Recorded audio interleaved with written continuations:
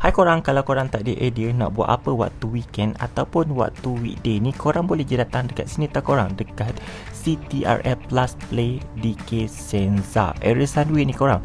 Sebab tempat ni pun fun betul untuk korang play around game dalam ni. Harga pun tak terlalu mahal untuk korang spend game dalam ni. Game ni ada macam-macam tau korang, dah termasuk dengan PS5 console gaming, racing simulator power with PS5 dan juga pool stable.